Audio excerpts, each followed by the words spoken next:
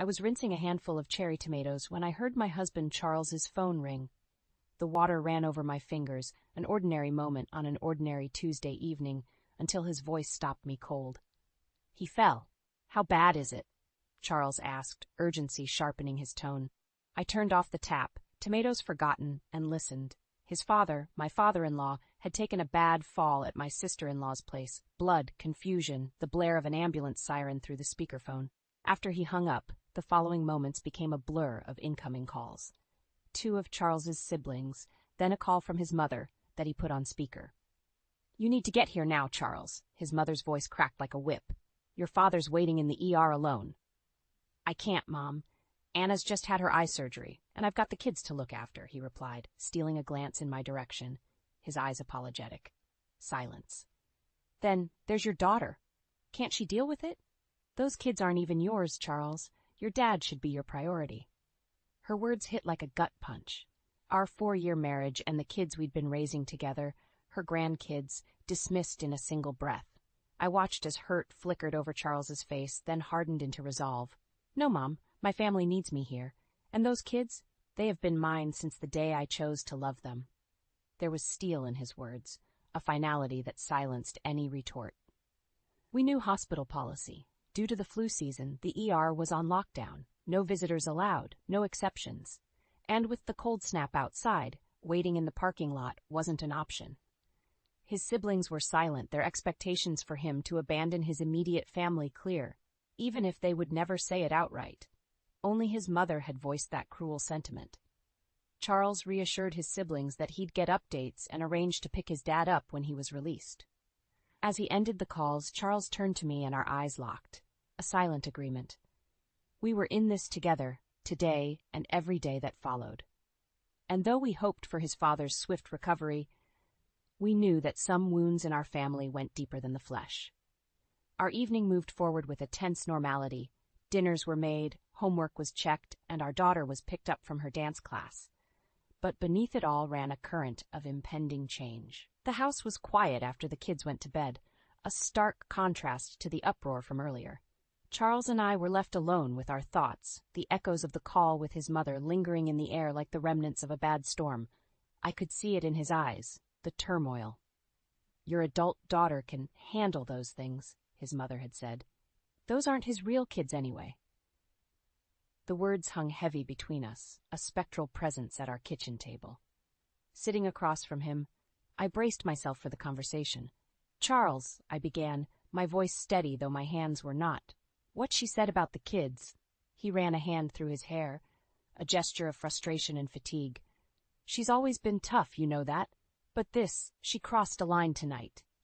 "Your face when she said it," I murmured, recalling the pained expression that had flashed across his face.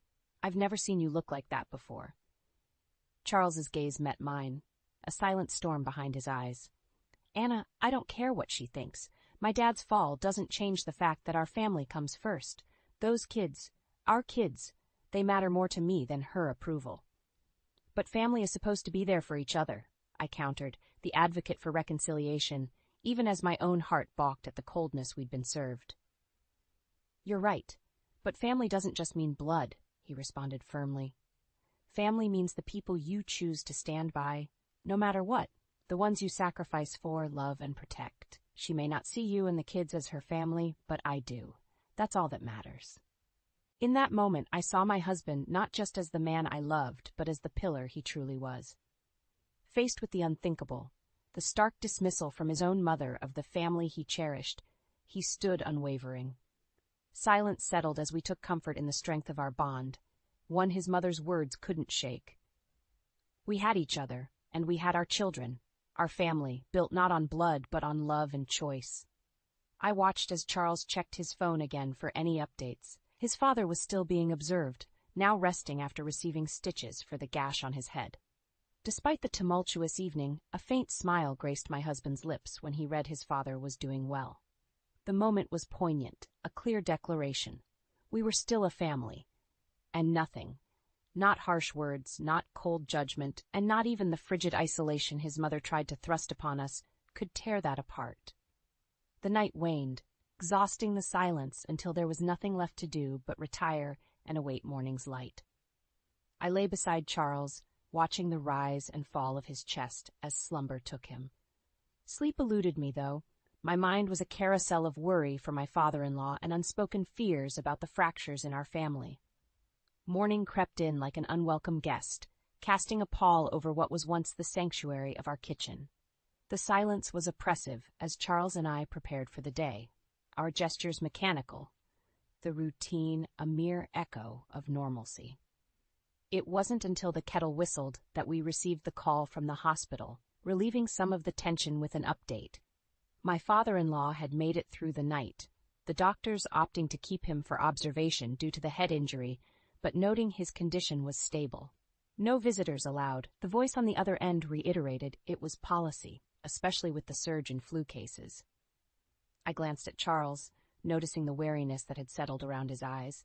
The isolation mandated by the hospital felt like an added insult, leaving my father-in-law to recover surrounded by the sterile white walls, devoid of the warmth of family. As we sat at the kitchen table, Charles broke the silence. "I'm going to call Dad," he declared, reaching for his phone with newfound determination. The conversation that followed was a mixture of relief and warmth. My father-in-law's voice, gravelly but still laced with his characteristic humor, filled the kitchen. "Ah, Charlie, don't you worry about me. Hospital food ain't my idea of a good time, but it'll do until they spring me out of here." Charles chuckled, a sound so needed and genuine it lifted the corners of my own mouth. "We've been worried, Dad," he admitted. "How are you feeling, truly?" There was a pause on the line, a softening. "Like a young buck," my father-in-law joked, but then his tone grew serious. "I'll be okay, son. Just keep taking care of those kids and Anna. You're doing right by them, you know that, don't you? They've been in my heart since the day you introduced them to me." The endorsement from his father, a man who'd never been one to express emotion freely, was a balm to the raw edges of Charles's spirit, and, by proxy, to mine as well. Through the sterile distance, his words reached us not as the necessary oxygen, but as the rarefied air of affirmation and love. That phone call didn't heal all wounds, but it did reinforce the notion that we were not entirely alone, despite the frigid policies and colder judgments from others. And while my father-in-law lay in that hospital bed, a discordant symphony of beeping machines his only company, he, too, knew his family was with him, in spirit, if not in body. We filled the rest of our day with mundane activities, as if by immersing ourselves in the simplicity of chores and errands, we could wash away the complexities of our situation. We were a unit, united and strong, and we resolved to stand as one, no matter what. Days blurred together as we waited for news of my father-in-law's condition, hoping each phone call would bring us closer to having him home. In the quiet between updates, doubts crept into my mind like unwelcome shadows. Over a cup of coffee one morning, Charles caught me staring blankly at the wall, my thoughts visible in the furrow of my brow. "Hey," he said softly, reaching for my hand. "Talk to me." I exhaled deeply, realizing the weight of my thoughts had become too heavy to shoulder alone. "It's just everything that's happened. It's making me see things differently. With your family, I mean. Your mom's words, the silence from your siblings, it's like now we know where we stand, and it's not where I thought." Charles squeezed my hand, his own concern visible. "I know," he murmured. "Believe me, I know. It's like a veil's been lifted, and now we're seeing the true colors of people I've known my whole life." We spoke candidly, the hurt and disbelief flowing freely between us. I shared my disappointment, especially regarding my sister-in-law. Our friendship had blossomed long before I married Charles, but now it felt like another casualty of the divide. "I just can't wrap my head around it," I admitted. "Karen and I have been close since we were kids. To think she's said nothing, done nothing." Charles let out a weary sigh. "It hurts, I won't lie, but maybe it's not just about taking sides. They're dealing with Dad's injury in their own way. We've got to focus on us right now." But the simple declaration did little to assuage the ache. His mother's stinging rejection and the quiet complicity of his siblings had left a mark on our lives. We were at a crossroads. The path we once walked together with Charles's side of the family had forked, urging us to tread carefully into what felt like uncharted territory. I couldn't help but wonder if we would only drift further apart, or if there was some way back to how things used to be. As we got up from the table, a silent agreement passed between us. Our relationship with Charles's family might never be the same, but perhaps, in time, we could redefine it. Maybe we could build something new, not reliant on approval, but standing firm on the foundation of our unit. Our family, the one we chose every single day. The holidays were upon us, a time when festivity was supposed to overshadow all else. This year, however, the joy was muted, the lights a little less bright, and the carols sounded more like melancholic echoes of happier times. What was traditionally a gathering of merged families became a stark reminder of the rifts created in what felt like another lifetime. Charles and I had chosen to host a small, intimate dinner rather than the usual large family gathering. It was a step back, a protective measure for the emotional well-being of our family. The house was decorated with care, a facade of normality, but the undercurrent of strain was palpable.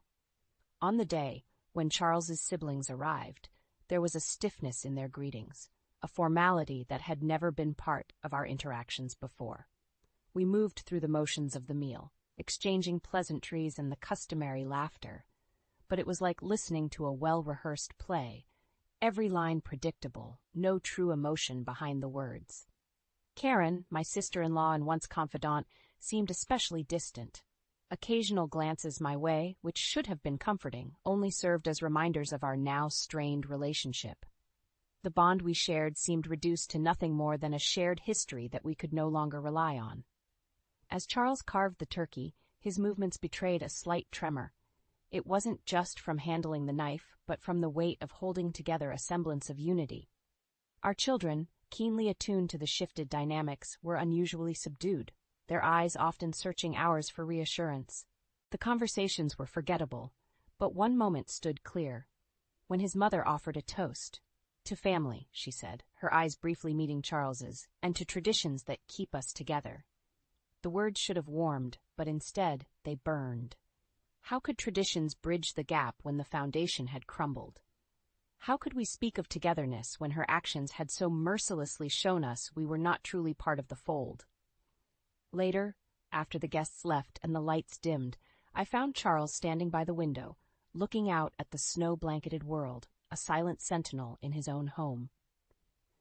As I approached, I understood that here stood a man torn between his love for his parents and siblings and his commitment to the family we'd created. The decorations gleamed dully in the background, a stark contrast to the warmth that typically filled our house during the holidays. The days that followed the holiday dinner were a quiet affair. The house returned to its usual routines, yet the air remained charged with the residue of unsaid things and unhealed wounds. My husband, usually the rock in turbulent seas, now wore a subtle cloak of sadness that no amount of cheer could lift. It was a few days post-holidays when Charles's phone rang, slicing through the silence of our evening. His mother's name flashed on the caller ID, and an involuntary tension gripped us both. He answered, her voice a faint murmur from the device. The conversation was brief, her tone softer, perhaps chastened by the seasoned spirit or the echo of her own words. "I've been thinking a lot," she had said. "I was out of line, Charles. I'm sorry." An apology so sought after now didn't carry the relief one would expect. I watched as Charles responded, his words measured. "Thanks, Mom, we just need some time, that's all." After he hung up, the space between us felt like a chasm that had suddenly shrunk. "She apologized," he said, almost to himself, as if testing the reality of what had occurred. We both knew it wasn't enough to erase the hurt, but it was a start. A door creaking open when we thought it might remain closed. It was clear that while his mother's words did not undo the damage that had been done, they laid the first stone on the pathway to rebuilding. Yet, the apology from his mother wasn't the only one we received. Karen, too, reached out, her message a mix of apology and explanation, a tentative offer to restore what had been broken down. It was my turn to sit with the words, weighing the possibility of a renewed friendship against the pain of betrayal. As the end of the year approached, we found ourselves in a reflective mood. Charles and I discussed long into the night what these gestures meant and how we should respond. The consensus was a cautious one, welcoming the chance to move forward, but with an understanding that our first commitment was to protect our family. The dynamics within the larger family had shifted, but we realized that it was within our power to shape how we let those changes affect us. Forgiveness was on the horizon, perhaps not immediate, but possible with time and genuine effort. Resolutions were made, not the New Year kind, but the kind that are etched into the framework of a family's principles. We resolved to let down our guard, but not our defenses, to approach with an open heart, but not with forgetfulness. And above all else, to ensure that the love within our walls was enough to sustain us through whatever lay beyond. Our story didn't end with the dropping of the ball or the stroke of midnight. It merely marked the beginning of a new chapter, one where the revelations of old wounds could guide the healing process. It promised a journey, not free from obstacles, but one we were ready to face as a family united.